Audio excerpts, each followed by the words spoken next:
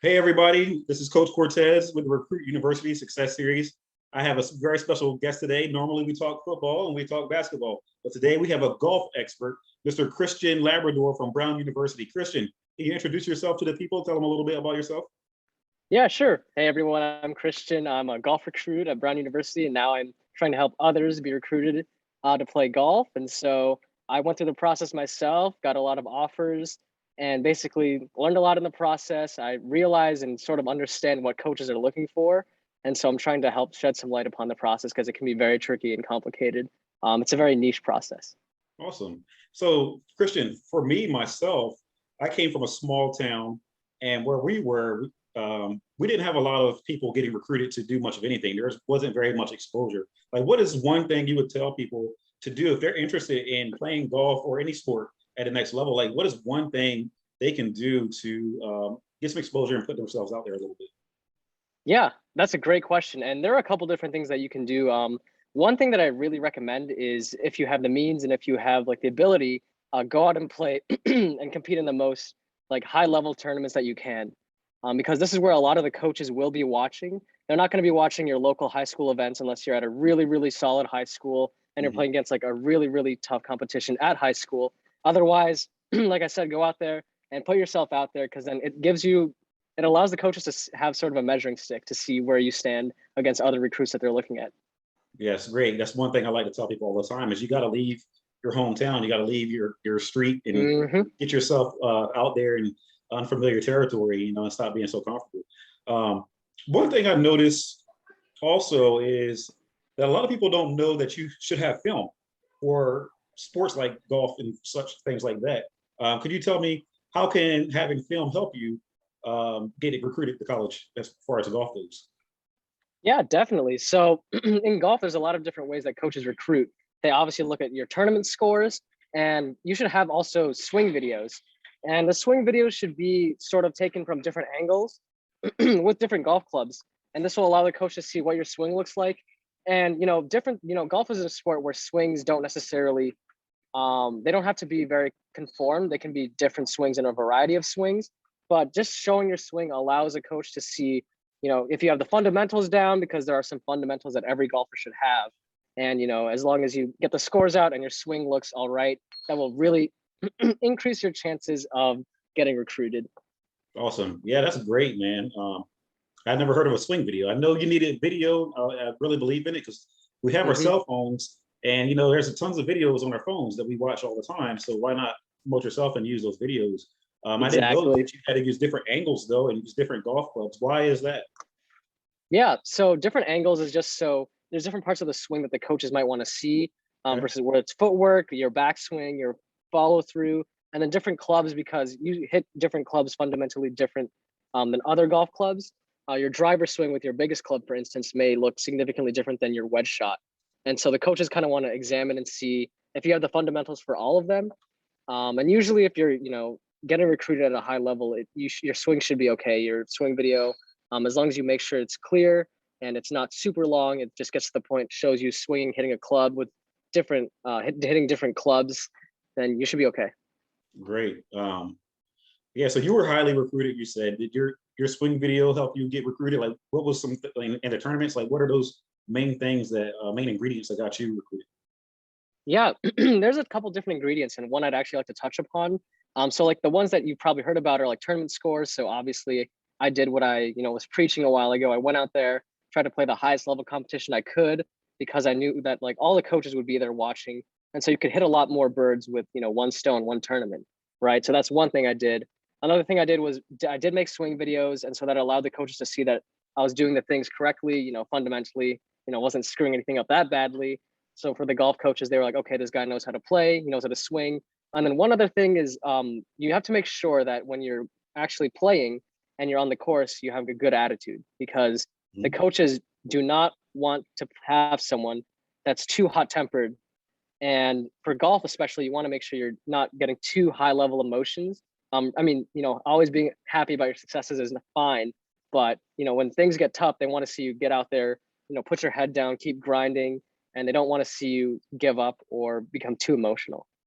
Right. Yeah, I agree with that 100%. You know, they look at the body language and they're trying to invest, Yep, money into finding out if this kid is, worth the investment. So you have to make sure you're putting on for these people for your brand and brand recognition.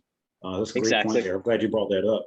Um, yeah, just like golf in general, you don't really hear much about golf and scholarships and stuff like that. So if a kid wants to go to college to play golf, what does the scholarship money look like? Academics, is it athletic scholarship money? Like how did they get to go to school for free? Yeah, exactly. So typically, the nice thing is for golf, there's not really that many limitations anymore. Mm. So they can compound. So you can get like academic scholarships on top of athletic scholarships. And if it's meets need, you can usually combine meets need and athletic scholarships if they provide that. Now, there are some schools that don't have scholarships for golf, even if they're D1. So like some of the Ivy League schools don't. But for the schools that do offer, they usually offer around 4.5 full ride scholarships for men, which is usually distributed amongst the team members. But at those schools where they offer it, if you have good grades, golf coaches love to see students with good grades. And that's because they can usually get higher level scholarships like academically, which means that the golf coach is going to have to spend less money on them. And then they can recruit other golfers who are, not as academically talented, but maybe really good players. And so, having good grades and having, a solid ability to play can really put you out there. And yeah, also for women's, they do have, I believe, 6 scholarships, full ride scholarships for women's. And the same thing applies with like academics, compounding with athletics. Okay, yeah, yeah. I mean, that's the same with a lot of the other sports as well.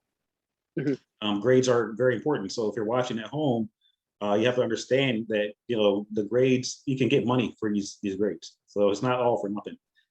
It's Exactly. a lot of money. It's a lot of money. People don't really understand how much money it is until it's time to write that check. um, Exactly. what's something that like what's the difference between like D1, D2, D3 for golf? Like what's the level of competition like? Yeah. So obviously D1 is you got some of the best golfers that are out there, competing for just various different, under the NCAA D1 rules. And it's just longer courses, harder competition, very rigorous schedule. D2 also like D1 offers scholarships. And Mhm. so it's the same case scenario, just like on a less competitive level. They play usually a little shorter distances, but it's still pretty good competition. And D3, they do not offer any athletic scholarships, but they do have decent competition, and the distances are a little shorter. But yeah, that's pretty much the gist of it. There's otherwise it's like all under NCAA. Gotcha. Yeah, I mean it's okay to go to those other levels. Um, Oh yeah, yeah, definitely. yeah. I mean, it's nothing wrong with it. You just got to go to where you feel comfortable. Yeah. Exactly. I think it's very important to figure out what you want to prioritize, because what you want to prioritize may affect your decision for one school versus another. For Mhm. instance, like, a lot of times people will be like, oh, I want to play, I want to get good at golf. And, choosing a D1 school sometimes, like in the Northeast, may not be as advantageous as choosing like a high level D2 that may be in the South, because you get to play year round. And so there are a lot of things you have to consider, in addition to just like the division. And you can always like transfer if you really feel that one level fits your level, fits you better than another. Right. Exactly. So how do you get better? Like, what are some things you can do to develop so that way, like a player who may be in high school, they don't know what level they're in. Like, what can they do to work on things before they get to college? Yeah. So in terms of golf, I mean, it's always just about practice, right? Like any sport is about practice. But for golf specifically, one thing I recommend is a lot of time on the driving range, Mhm. and even more time on the chipping and putting areas, because the short game is very important. Essentially, it's called scrambling. If you miss the green on various shots, you can make it up with chipping and putting. And coaches love to see people who can chip and putt. Like they very, very much prioritize chipping and putting as much as they do long drives and other good parts of your game.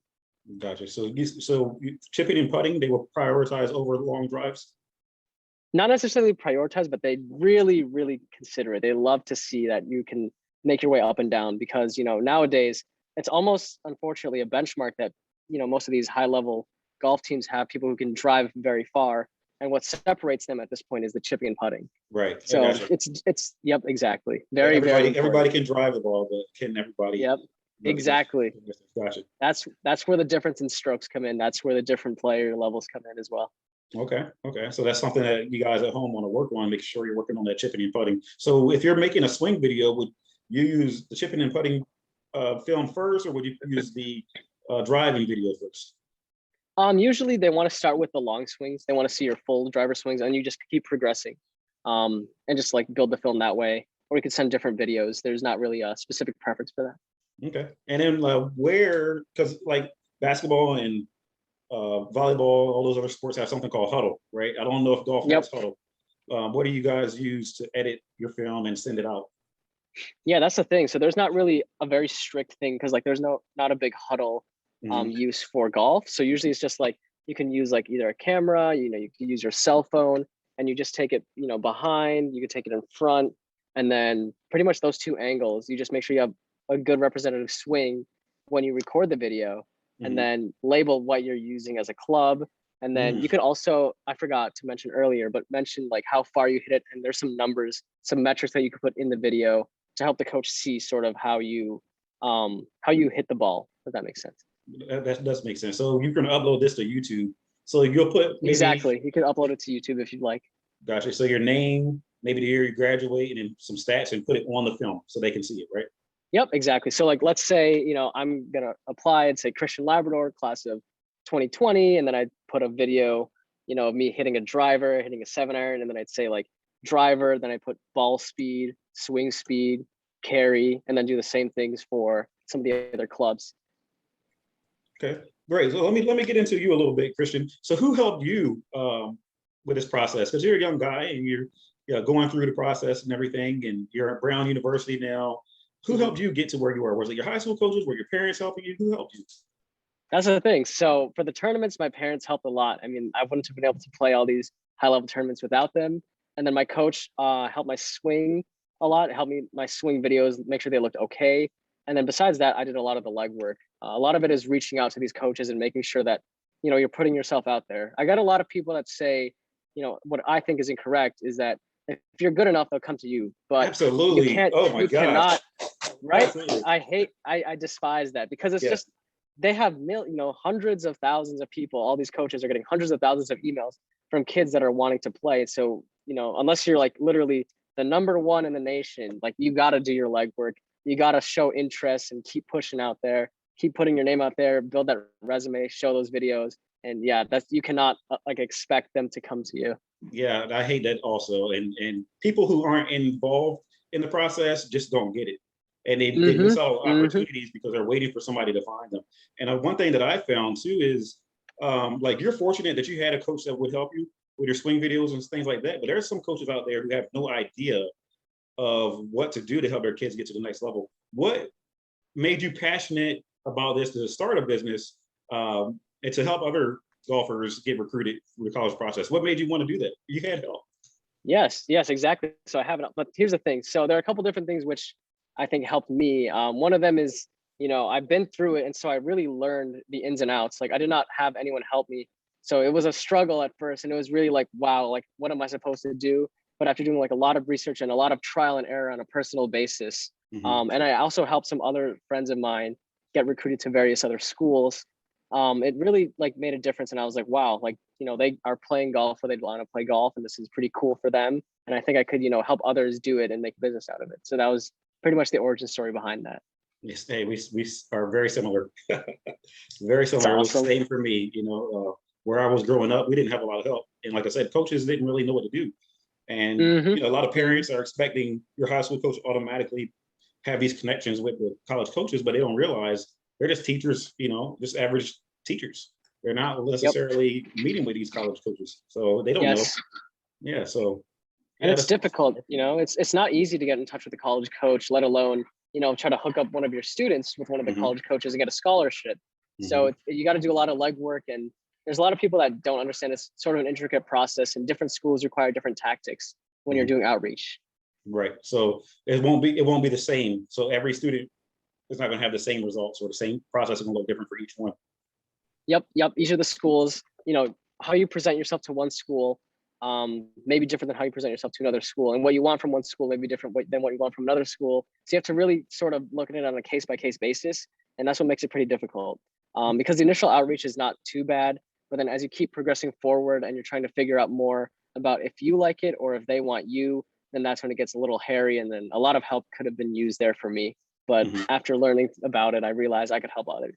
So let's say we can go back in time, right? And you're in high All right. school, junior year, going to senior year. What would you have done different? Ooh, that's a very, very good question. Because back in high school, I did a lot of my own legwork. And so it was like, man, I'm very fortunate to have gotten some of the points correctly. Some of the things I would have done differently. Well, to start, there was a couple phone calls that didn't go as planned. And that was because I didn't position myself correctly. Because I didn't really know exactly where I wanted to be in a position of whether I was going to prioritize golf, whether I was going to prioritize school. And so what I would have done is tell myself, sort of figure that out earlier so that when I'm really reaching out to these various schools, I'll know which one I really want to hone down on and spend my efforts on. Because you have to make sure you have options, but you also have to make sure you know what you want. Because there were a couple different schools where I reached out, I had phone calls, and they didn't end in my favor because I didn't position myself correctly. And that was mainly through me not really fully understanding what I wanted as a student athlete at the time. And so one thing I'd recommend is figure out what you want for yourself and then continue moving along the process that way. Absolutely. Yes. So let's say that again. Step number one, figure out what you want, right? Because I have a Yes. lot of guys that I work with and girls, and their parents, they just like to want to throw the mud at the wall and let it stick. They're like, I want to go anywhere. It doesn't matter. I just want to go No, that's somewhere. not. Nope, that's not how it works. That will make your job a lot more difficult because Yeah. then you don't know exactly. There's so many different colleges out there, and you always know a little bit about yourself. So you should at least start there and narrow it down a little bit, but always keep your options open once you figure out what's sort of the pool of schools you want. Very good. Very good. That's great information. So tell me about your company.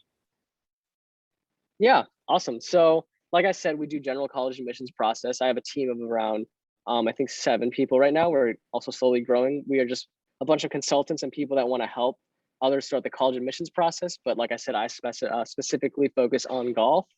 It's called Non-Finis Consulting, and the website I can send it to you later. But yeah, we help people really position themselves in a manner in which they can show their passions throughout the college admissions process. And so that's just for the general consulting. And then for the golf, I obviously will help specifically on getting recruited for golf and various steps that a student athlete can take to help them get into the school they want or get, the things they want to get within their college application process. Great, great. And then one more thing too, because people, they need to know, do I really want to do this? Right? Because they need to know what they're Yes. getting into. Tell me what college life was like for you as a student athlete, and what is your schedule was like. Yeah, so it's very difficult. I will say that it's very time consuming. You got to learn time management now. That's one of the biggest things I would stress. Everyone can always work a little bit on the time management because you want to make sure you get your things done with practice. You want to make sure you get your things done with school. Mechanical engineering, it's not an easy major at all. Pretty difficult. And then you also want to make sure that you have a little bit of time for yourself so you don't go insane. And Mhm, then you have enough time for sleep and like workouts and recovery because it's sports, mhm. physical. Your body needs to be strong. You don't want to get sick. You don't want to get weak over time from just so much stress and no sleep. So make sure you prioritize your time correctly. That's one of the things I'd say. But it's also such an enriching experience. Wouldn't trade it for the world. Awesome. Hey, Christian, man, I'm glad to have you. It was great meeting you. It was a pleasure. Say the name of your company again, and how can people reach you if they have questions? All right, awesome. So the company is called Non-Finis Consulting, and nonfinisconsulting.com is the website. And basically, it's spelled NONFINIS and then CONSULTING.com.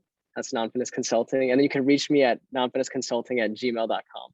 Awesome. Are you on Twitter? Not on Twitter right now, but I do have a website I could share later. All right, then. Sounds great. Christian, again, thank you for your time, and let's stay connected. Sounds good. Thank you very All right. much. I appreciate it. Yep. Goodbye.